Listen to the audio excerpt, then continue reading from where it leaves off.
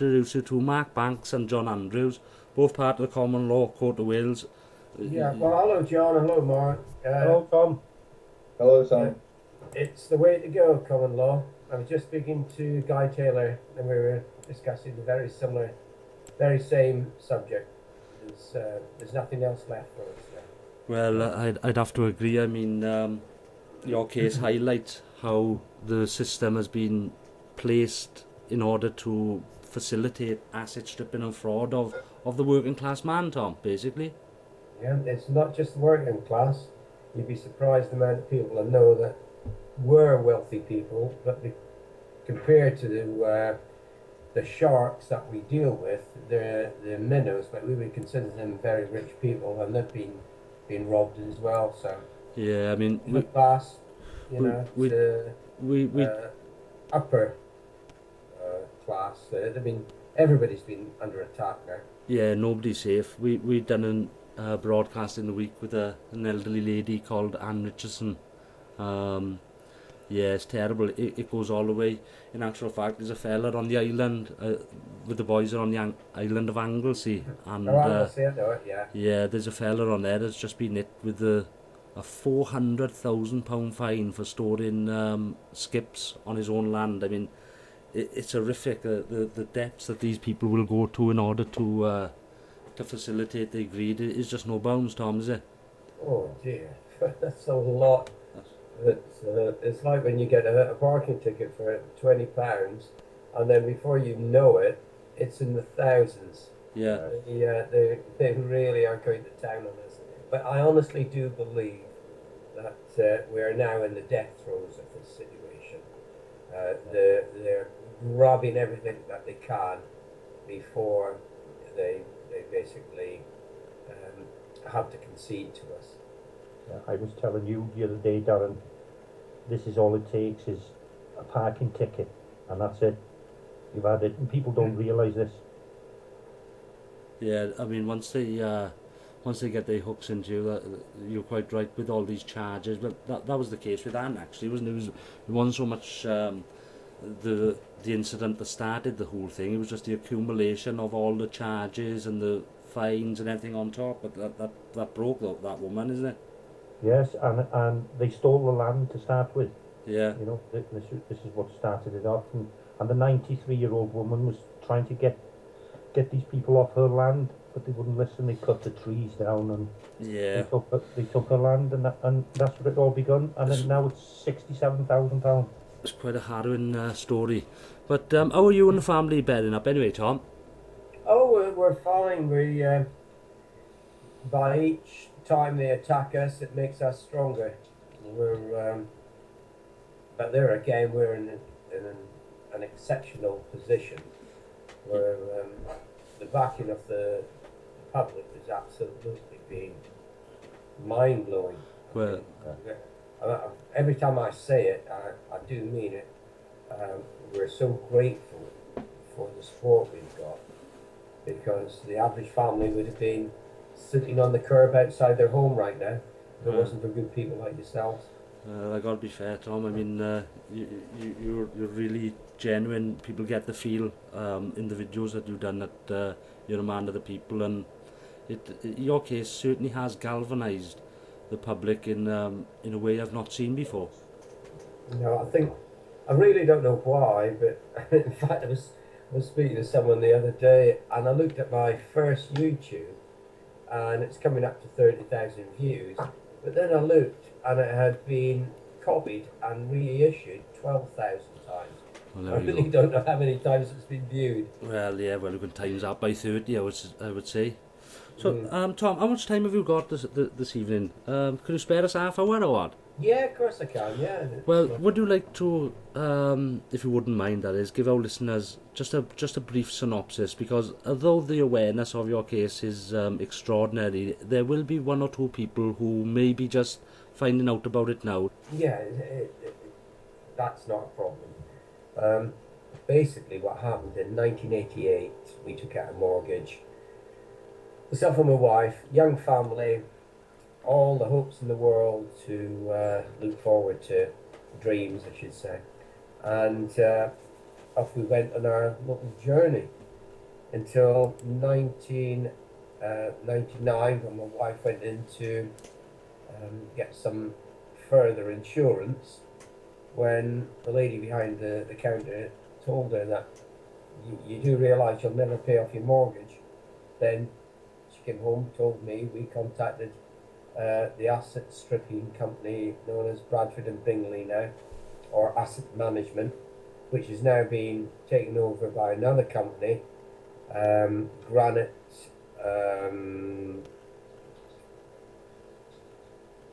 Securities, I think it's called. They're passing it from like debt collector to debt collector. So they've got it now, but 1999 we contacted Bradford and Bingley, and they said, oh, we apologise, we didn't realise, but we've changed your contract. We've changed it to a part endowment and part repayment from the original endowment. And they sent my wife a bottle of champagne and some flowers and said it would never happen again, and it was not up to our usual standards. I put up a video if you want to look it up. Yeah. Titled it The People versus the Psychopaths. So you'll find that there. And I'll explain quite a lot of it, showing the documents as well that were produced in court. Then later on, 2002, they changed it again, and instead of being a part, it's just a total repayment. And we battled them ever since, up to date. We carried on paying up to 2013 August when we stopped. That was the end. In fact, we gave them an extra payment because believe it or not, we don't trust these people, so we give an extra payment to make sure. And that's where we're at now after many court cases. Yeah. And as far as these court cases go, these court cases actually I should say, they've kind of been hiding, Tom, of late, haven't they? I mean, if we go back in time just to the last one, I don't know if you've received judgment from that. No, we haven't received it yet. But they're in such a predicament. We've proved them in fraud. We've proved them in their own laws, in unfair trading, 1977, where you're not allowed to change a contract unilaterally. And then we've got them if they actually stuck by that contract in the 1998. I'm hurrying here a bit because I've got the short-term memory problem. So hang on a second. John, Mark, if can you mute your mic if you're not talking? We're having a lot of feedback. Yeah, okay. Not to worry. Sometimes we don't get the best connections. Basically, the judge ran away and hid in the back, Tom. Is that correct? And he said he did notify you by email. Now, I've never heard of anything so ridiculous in all my life. Well, he wouldn't give me the judgment immediately. He said he had to ponder on it. So he was going to write. So I said, do you do emails? They said, oh yeah, we do emails as well. The reason why I requested that is because I'm not stupid. They would probably send an email to Walker Morris, the solicitors, days before I got it, and then he would have to read out his judgment in open court. So they'd be well prepared. So I wanted the same time. So I got forewarned, as they say, it's forearmed. But it's absolutely ridiculous. That type of hearing should have taken 15 to 30 minutes to see if we had merit to go on to the next stage. That's 6 hours, and then it's now gone past. We're into the second week now. Absolutely ridiculous. They must be really, really in a very difficult position. Yeah, that's the only way it can be. I mean, they've been faced with an undeniable fraud, yet the system is still, I would presume, asking them to continue as if everything is normal. Now, there must be, as you say, friction within that system, with just with trying to do that, Tom. What do you think? Oh, definitely. I can honestly see asset management, the CEO sitting there getting phone calls from all those other banks saying, what are you doing? I mean, it was only 40, let's say 45,000. I mean, the barristers that they took up and the solicitors team would have cost almost that. Why did you just sign it over to them and have done? Now we've got a can of worms and they don't know which way to go. So I think the rest of the banks are putting pressure on them. Yeah, and I mean, they can't be flexible, can they? I mean, this is it. I mean, they're so rigid and stuck in the way of fraud and deception that when faced with the truth, the judges realise that they're literally committing fraud knowingly at that point once shown the forensic paperwork and the evidence that you have. I mean, I, I just can't for the life of me figure how they're going to be able to get out of this one, Tom, to be quite fair. Well, the thing is, the judge and whatever judges sit in the county court are sitting in fraud anyway. It isn't a court. Of course not.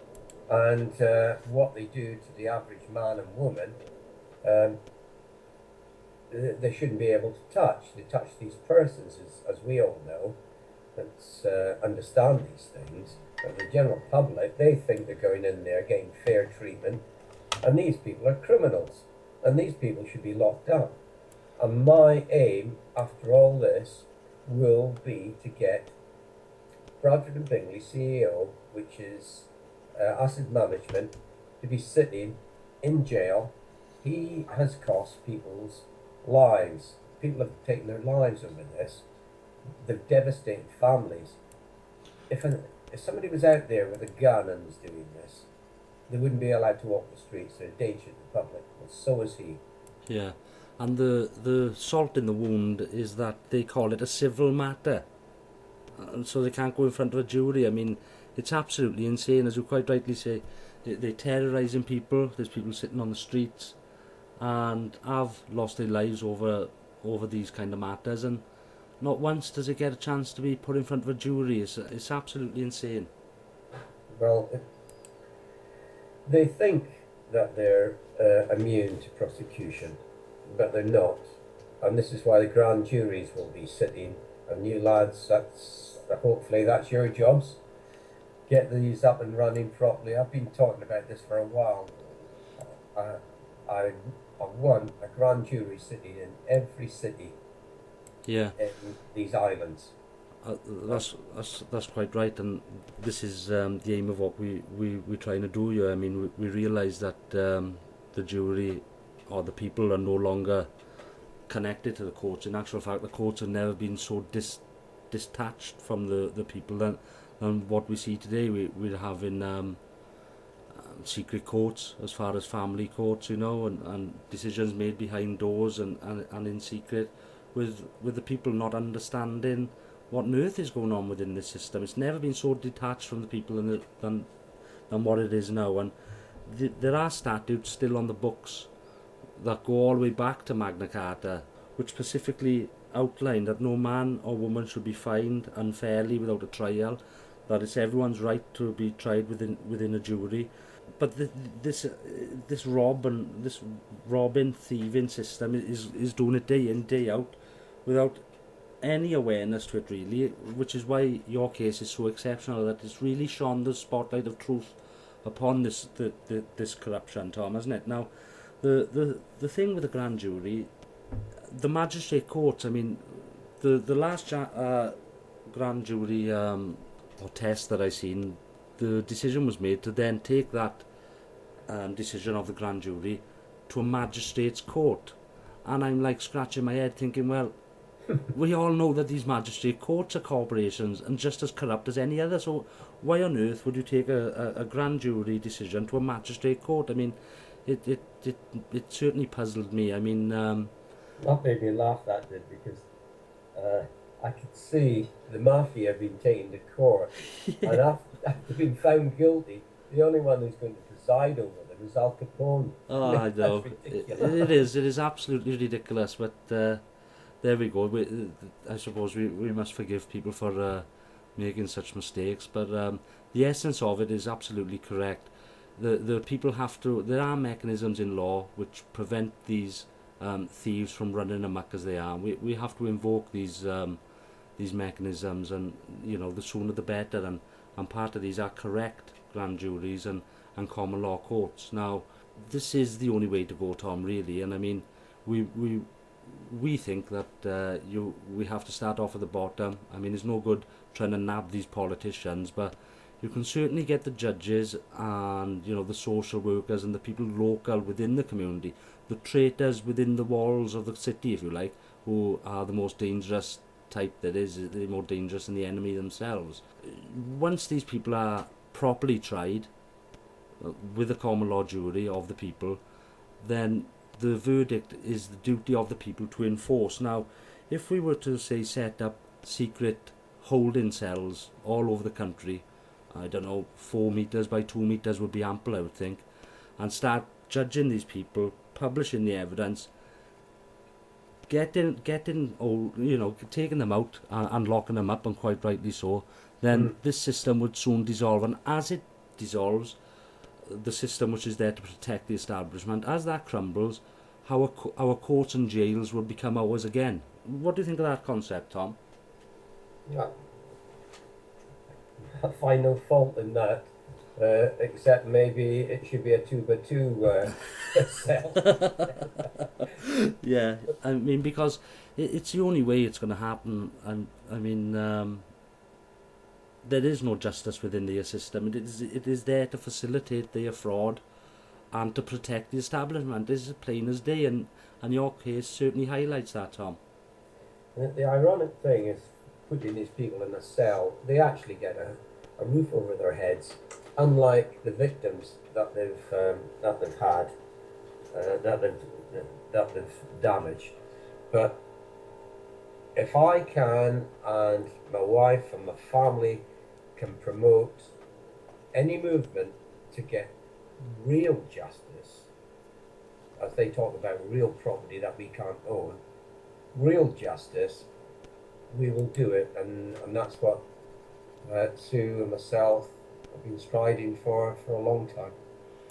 Yeah, well, the fact that they ducking and dodging this, it only brings more awareness to the actual case, Tom. I mean, you certainly ride in point on this issue, and of course you've got a strong family unit which is there to support you, as well as the nation, it seems now. As you pointed out earlier, the numbers of hits you've been having on YouTube, and I know the supporters come from all corners of the country. If not, have you had any international? Yeah, we're having Canada, America, New Zealand, just South America, just absolutely everywhere. But it's only because everyone's suffering, and the few that realise what's happening and find the videos, not just mine, many other ones, are beginning to awaken to the fact that they're being hoodwinked by I call them the dark forces, and I do think that there's a satanic something behind all of this, because it would not be natural for another person or another man or woman to do this to their fellow human being. It's just not right. They're psychopathic in their tendencies, and demonic.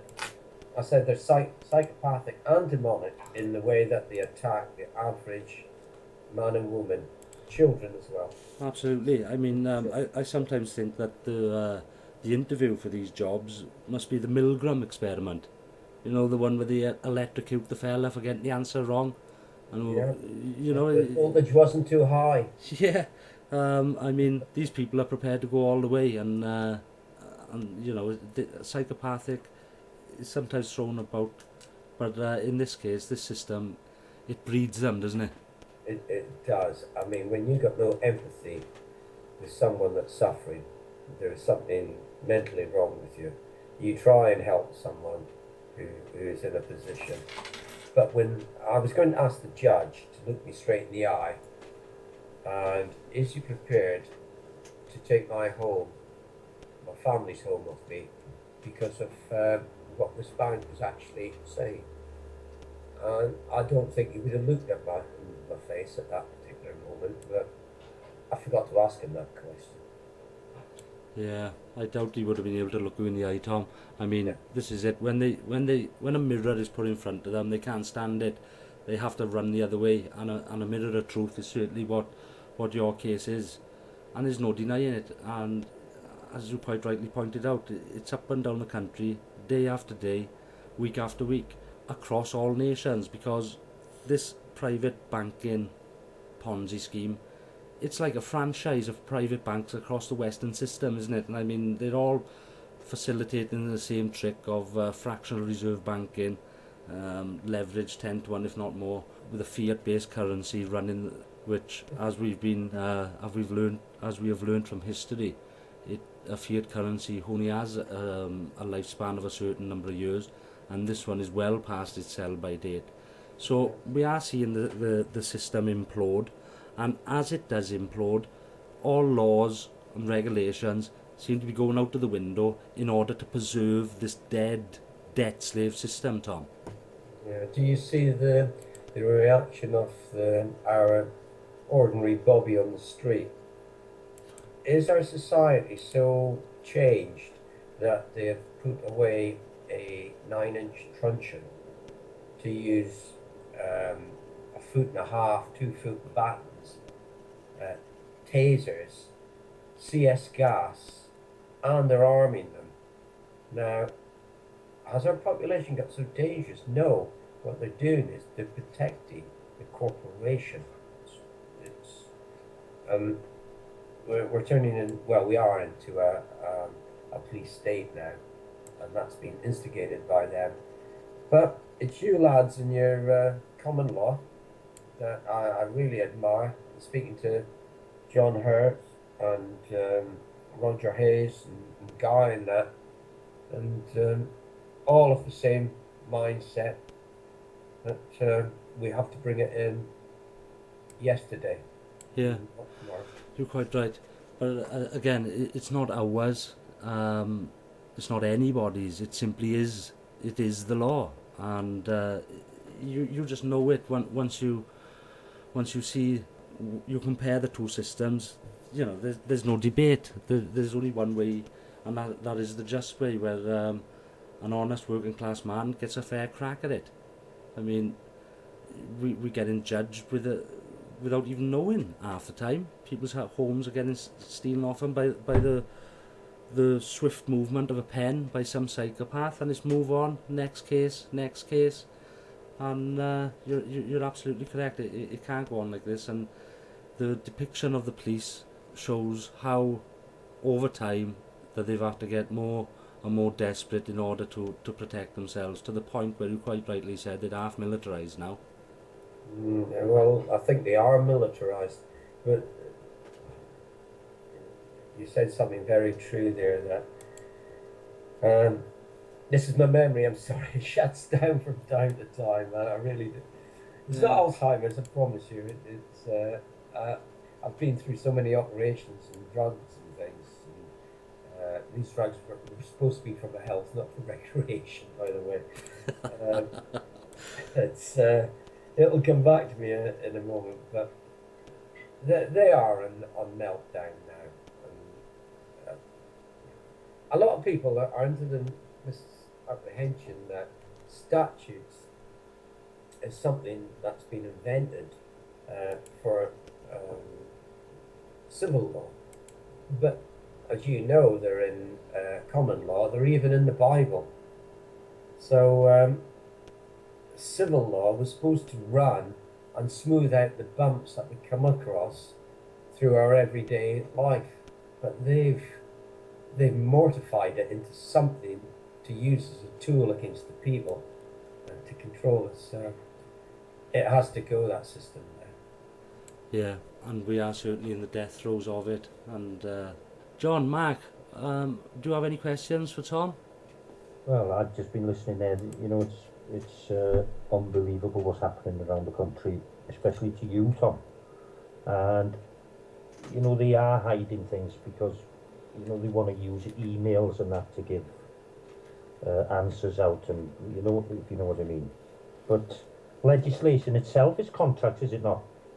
You know, when they tell you Do you understand? So legislation is contracts, and they're trying to baffle us through them. Yeah, everything's contracted in their society, and even the word society is part of theirs.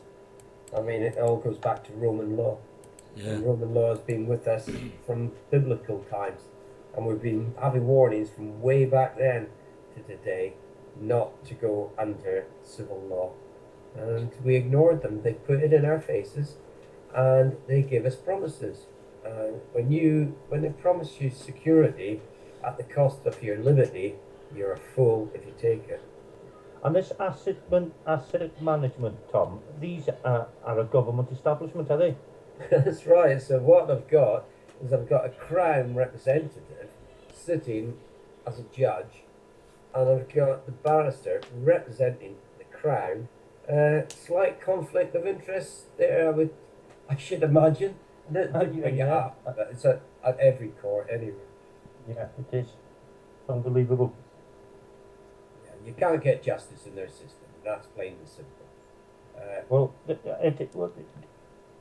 I watched a young woman, a single woman, in court over the bailiffs, and the judge was a circuit judge. And when it came to the end of it, cut a long story short, the judge turned around and says, "I can't see myself putting this bailiff out of work." You know that that was just, mind-boggling. You know what I mean?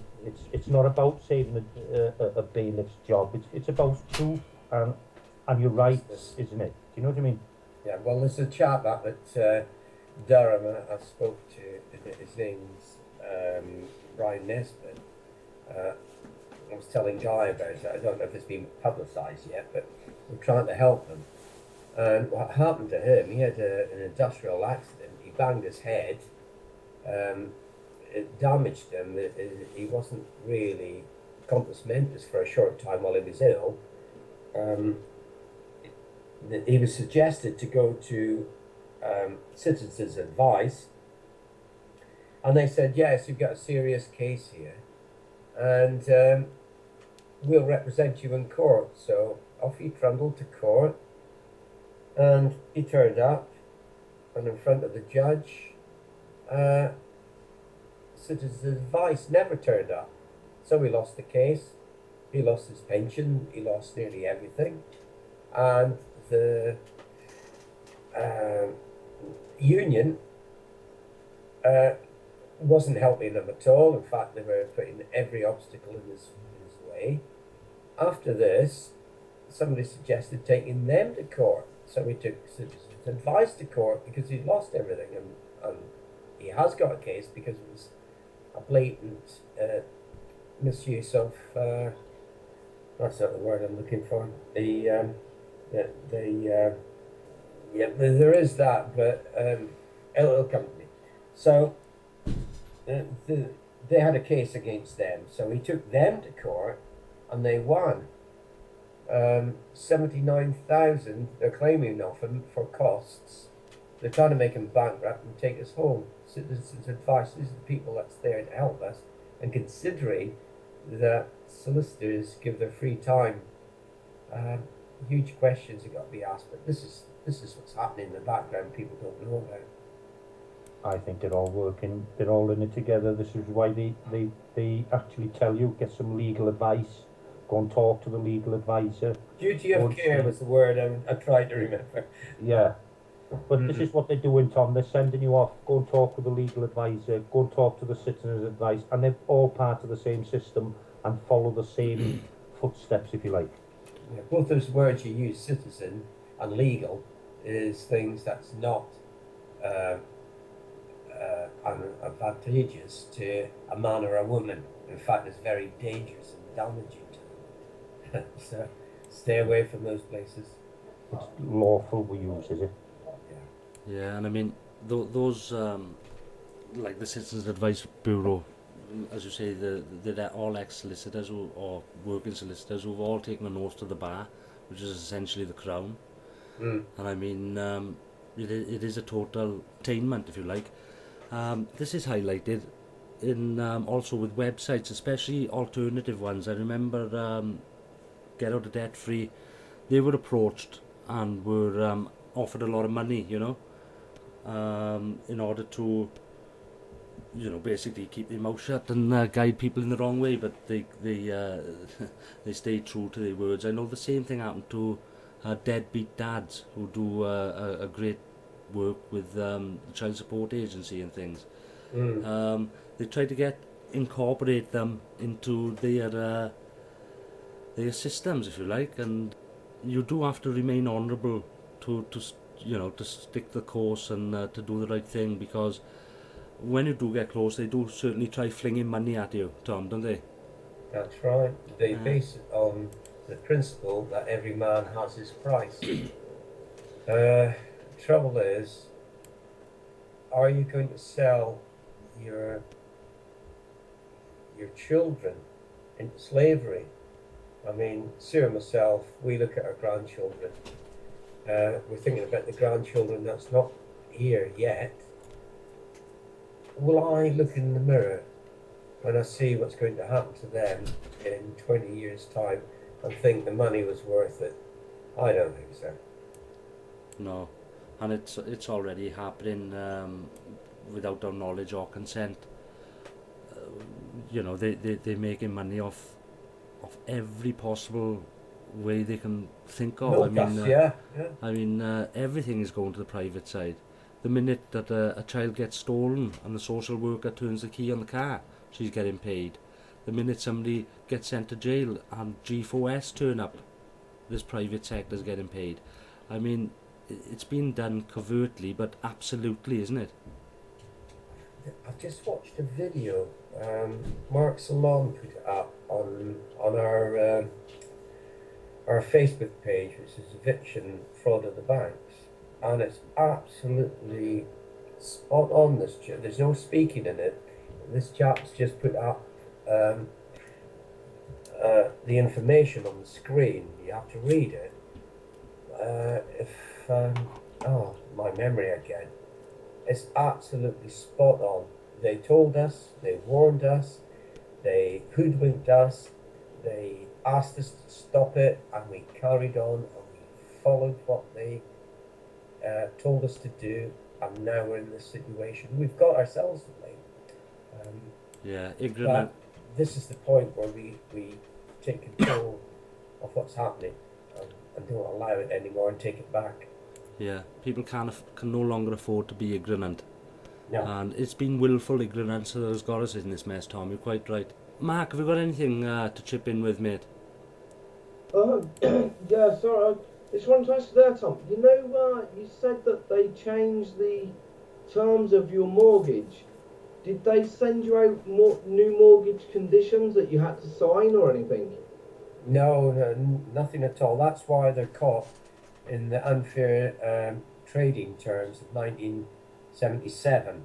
All contracts must be signed, and at that point they came under the 1989 Miscellaneous Act, which meant that both, that's ones that Michael Benicia won with his father up in Newcastle, that there's got to be both signatures.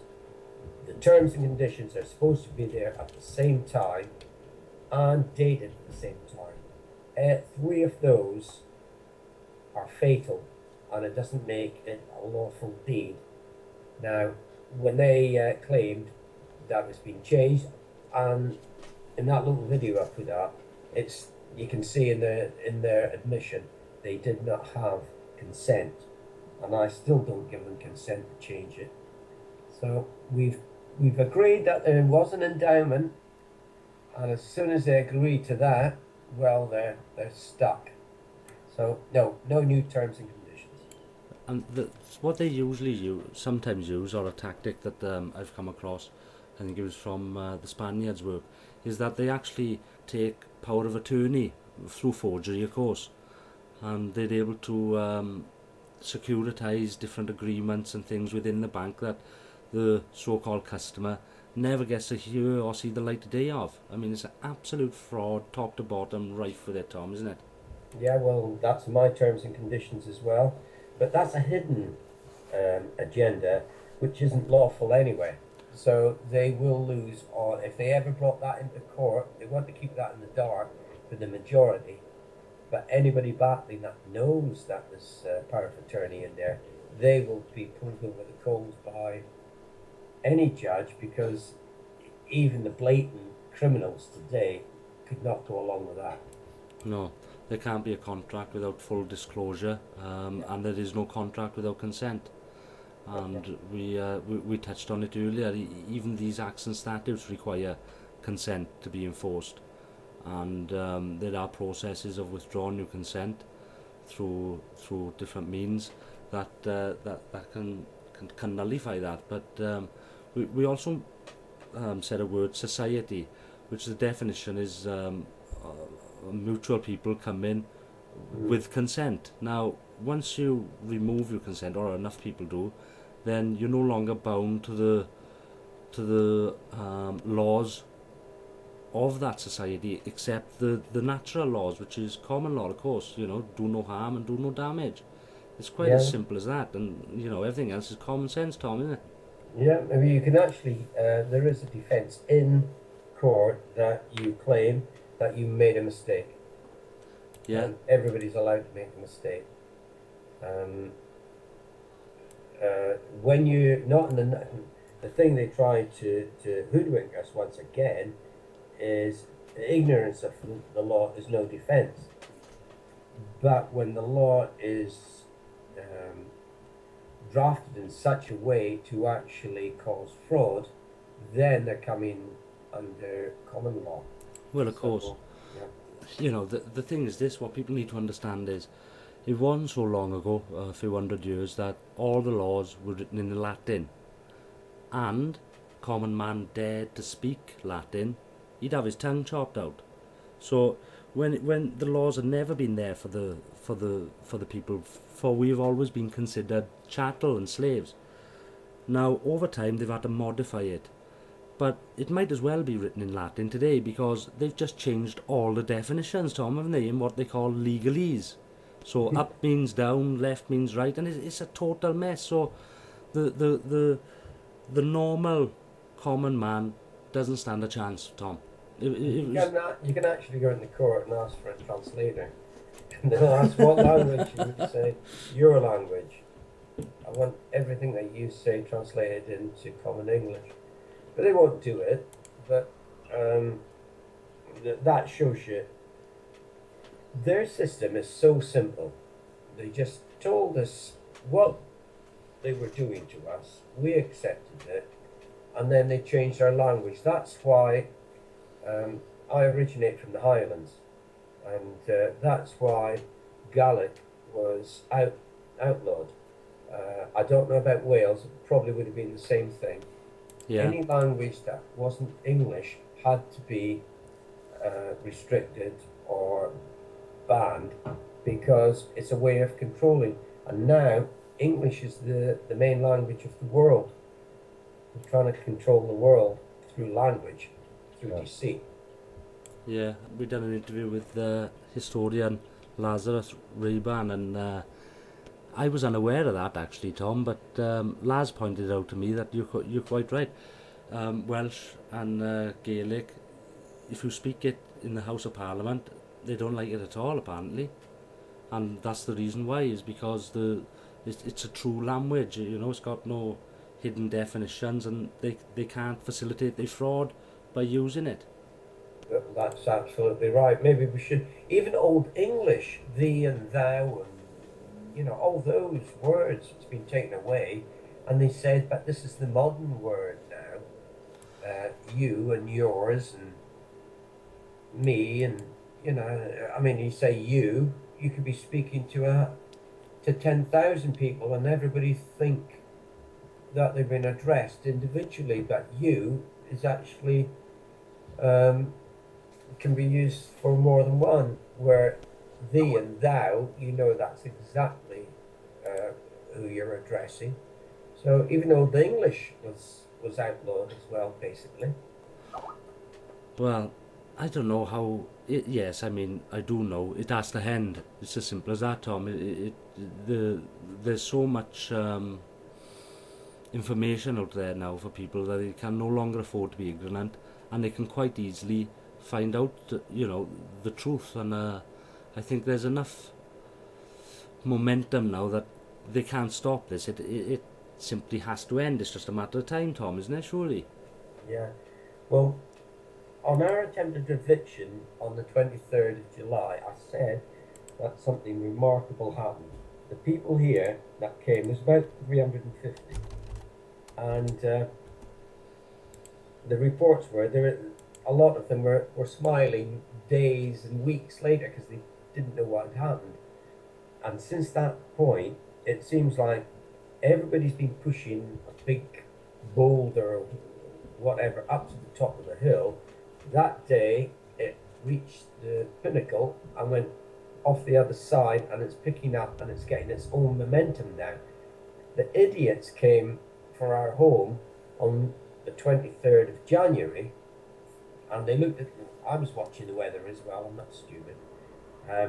They looked at the weather. It was supposed to be one of the worst weather forecasts. It was supposed to be snow. It wasn't. It was a beautiful day. They thought that the press wouldn't cover another good story again, good field story again. They were wrong in that. They doubled up their reporting on it.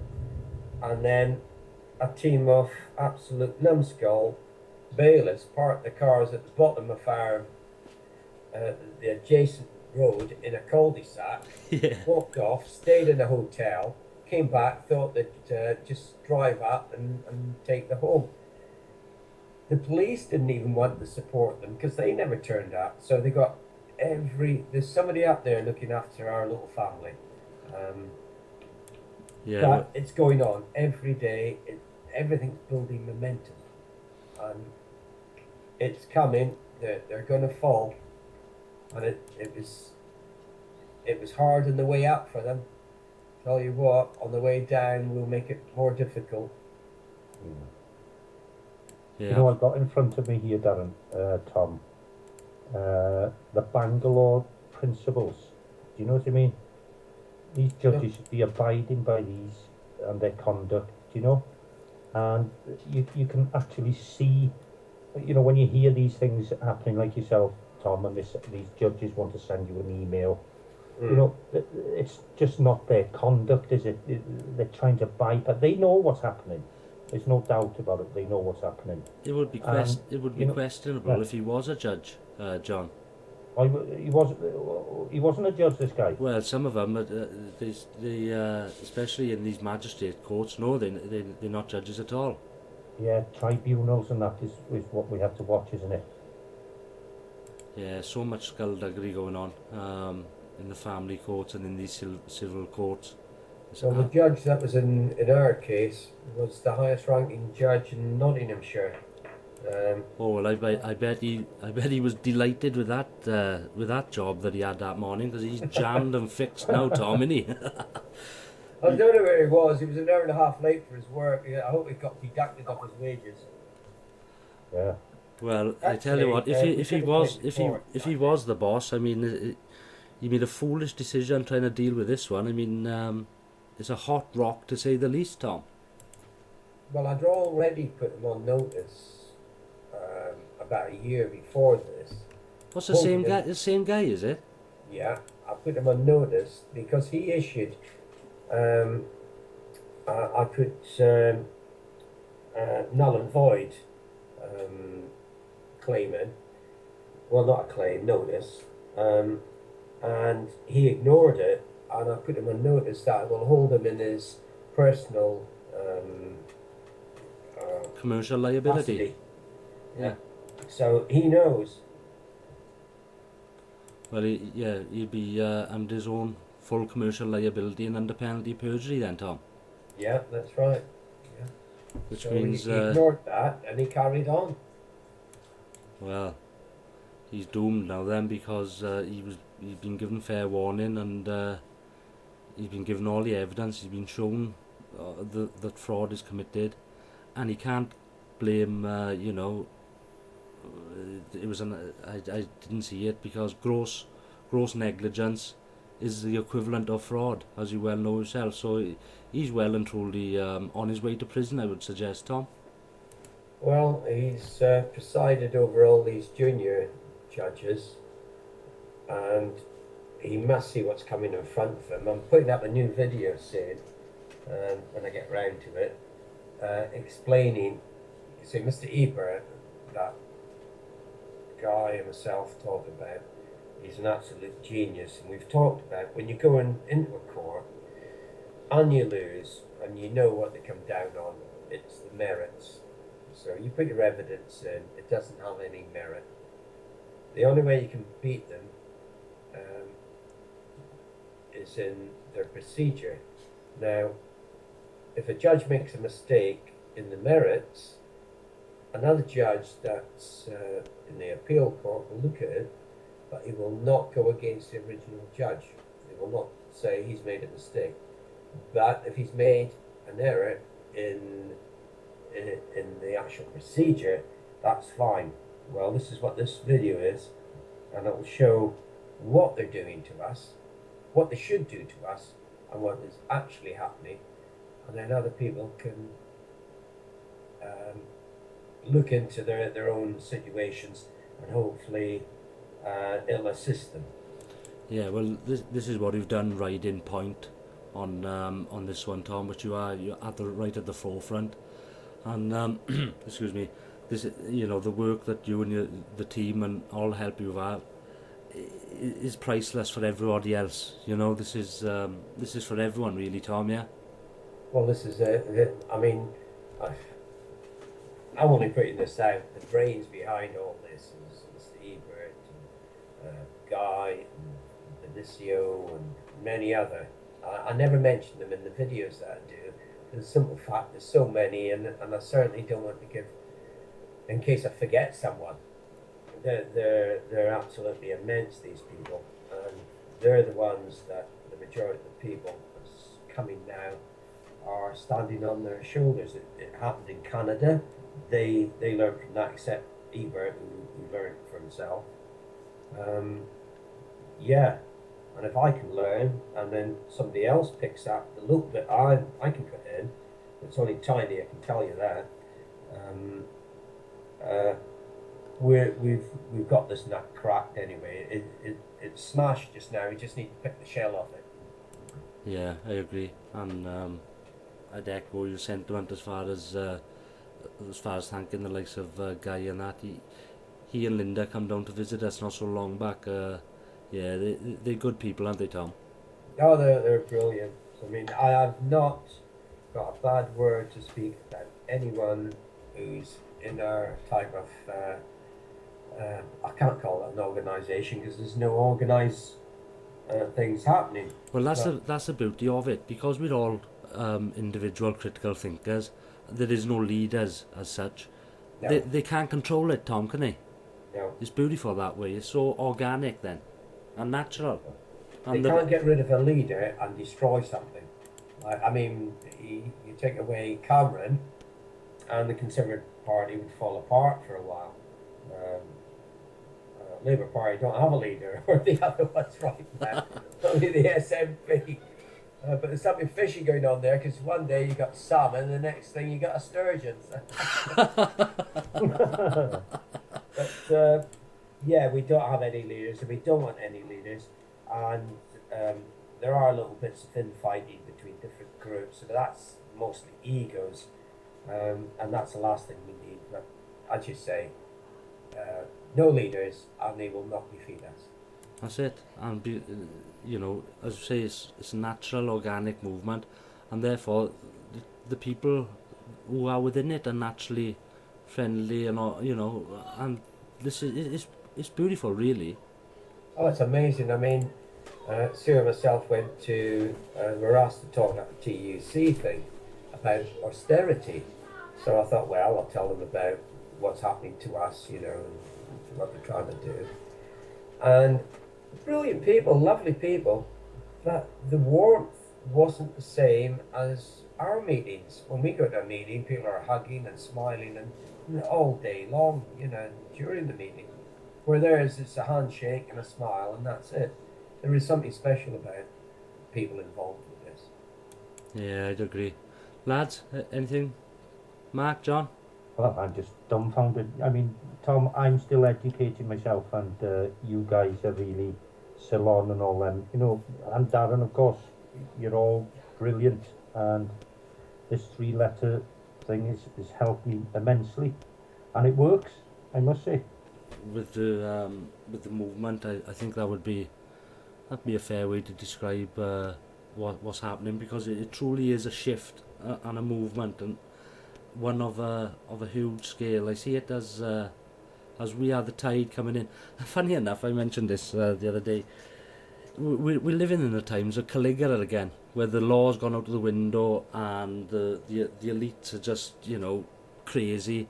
And there was a point in history where Caligula sent his legions out to punish Neptune and whip the sea because the tide was coming in. And I think that's what they're doing now. It's like we are the sea, the tide is coming in, they're going to get smashed against the rocks, there's nothing they can do about it, but they're trying to flog the sea, It's quite a nice way, I thought, of describing the days we're living in. Was that him trying to get rid of maritime law by any chance? Possibly, or creating it. Yeah. But no, the system's doomed, is the essence of what I'm saying. And Every time you say that word doomed, I have a picture of Dad's army and Fraser saying, they're doomed, yeah. You've got a picture of somebody from Dad's army there, Tom. Is that the same guy, is it? No, that's Colonel, that's Corporal Jonesy. I use that because it's Dad's army, you see. And it's very, very weird. Since I put that up, everything seems to... there's so many things that connect with that. I mean, we've got a website, we haven't finished, so we've been a bit naughty. We put it up a little while ago. My son built it, and it's called UK Home Guard. And we were going to put all the information out there to guard your home, and other information. That's an excellent idea. Yeah, then my memory's gone, but there is so many things that connect with Dad's army, because right now, if you go back to what was I saying, today is VE Day, victory in Europe. The enemy was abroad. The enemy isn't abroad today. It's here. It's attacking us from within, and the home guard is now all you lads as well. We got to guard our homes from the incestuous infiltrators. Absolutely. Mark, have we got anything to add, mate? I think Tom's exactly right there, that the battle now is from within, isn't it? The way that since the war sort of the Nazi sort of state has taken over within Britain, hasn't it?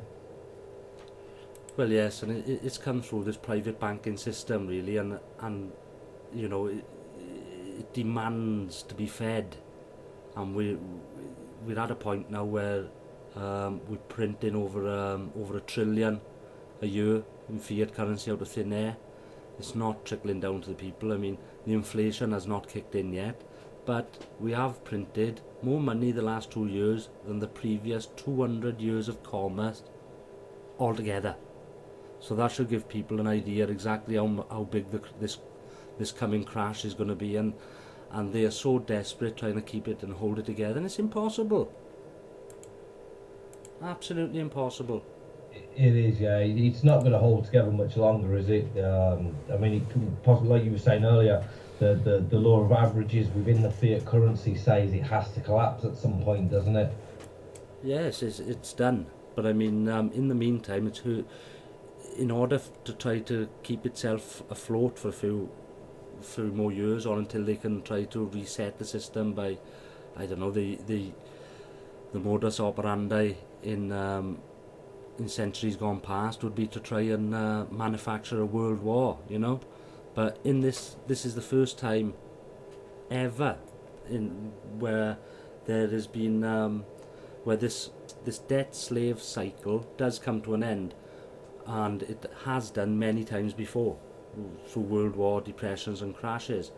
This time is different because the awareness is in the equation, and the awareness is huge, and it's through the internet where the first time in history I'm able to talk to Tom and able to talk to John and Mark, and we're able to talk to people in Canada and this, that and the other, and the people, the common people are aware of this con, so they can't get us to send out, or they shouldn't be able to get us to send our children off to fight their battles and to, you know, to rewrite the system again. I mean, that's usually how they try to do it, but I believe this time it's too late. I mean, this internet, it must have got under the radar because it certainly let the genie out of the bottle as regards to this huge Ponzi scheme, and you can't go back, lads. Yeah.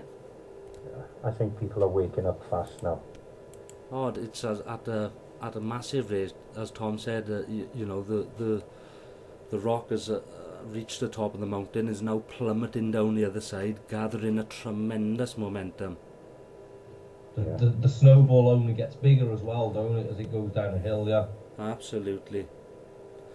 Anyway, Tom, any final words, mate, for our listeners, and thank you very much for your time that you spent with us this evening. Would you like to leave us with anything? Where can we find any updates and for, you know, keep ourselves informed on your situation, Tom?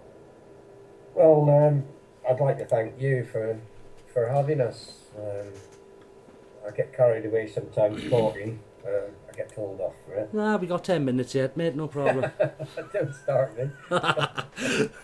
But no, you lads are doing a brilliant job. You've got to keep on enforcing this common law.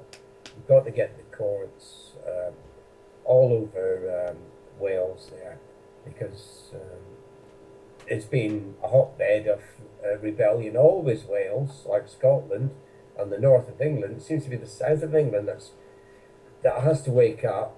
But no, you're doing a brilliant job, and you lads came to every eviction or attempted eviction, and even to the court case. So great gratitude to you all. Unfortunately, on the day of the court case, I was running on adrenaline. I wasn't thinking properly. I should have went round everybody and shook everybody's hand. You'll still be there now. But no, I had to get to the pub. Be the Scotsman, you say, I had to get out. But no, yeah, absolutely wonderful what you lads are doing, and hold as many courts as you can. Yeah, I just thank you for having me on. Oh, it's a pleasure, mate. Yeah. And as I say, the key is with the people. There are mechanisms there within law that when a government is no longer representing the people, and if you haven't noticed, we haven't got a government, it's simply a corporation, then there are mechanisms in law to put things right, and it can be done peacefully, and it certainly is achievable, and Tom's case is a perfect example of that. John, Mark, we've got about 5 minutes left, lads. Well, what I'd like to say to you, Tom, is, you know, I'm Tom Crawford as well. No, I'm Tom Crawford, John. No, I'm Tom Crawford, lads. Can we have Spartacus? Yeah, We're all Tom Crawford. yeah, That's right. yeah. It's like Spartacus, Tom quite right. Crawford. It's like Spartacus, quite right. They can't take one of us no more. They can't pick us off as little individuals. Although we are all individual critical thinkers. Oh, you did ask for updates. Well, that goes on our Facebook page, and that's, as I said, eviction, fraud of the banks. As soon as we know, we'll put it up and get it out there so everybody can see whether they're going to actually do the right thing or they're going to hide in the criminality. So that's where you get the next app. We'll put it on your Facebook page and we'll get it out tomorrow, gentlemen, is it? Is it the usual fee then? Yeah, aye. 3 pints. And we'll also put it on our other mediums, which is obviously the Facebook page and the YouTube channel. Keep up the Can I good. just as well, whilst we're on, can I just wish you all luck in it, Tom? I really do, from the bottom of my heart. I hope that it all goes in your favour, mate. Yeah. Thanks very much, Mark. Yeah. We're all in this together, really. As I Yeah. said, it's not just our family; it's your family and your children and grandchildren. That's what it's about. Yeah, That's right, yeah. Fight Thank them all you, the way, Tom. Tom. Fight them all the way. I can't see it. They didn't make a wrong move here. But on the other hand, We are talking about criminals. indeed. But Yes, we are. Yeah. but regardless, I believe we're too strong now for it to stop. Really, I mean, they are. I'll say that word you enjoyed. Doomed, Tom, aren't they? They doomed, and that's a fact. So Well, again, that's lovely speaking to you all. hey Tom, fantastic, As I man. say, it's been a pleasure. Anytime. Yeah, let's go. we'll do it again soon. And just to echo Mark's last statement and John's there, the whole of Wales, the whole of England, the whole of Scotland, the whole of Ireland, we're all behind you, Tom, and I know that you know that. Yeah, I do. I'll tell you what, the gratitude of my family is huge. There's no words that, I've said it before, there's no words that we can express to convey what we feel, but the simple word is thank you all.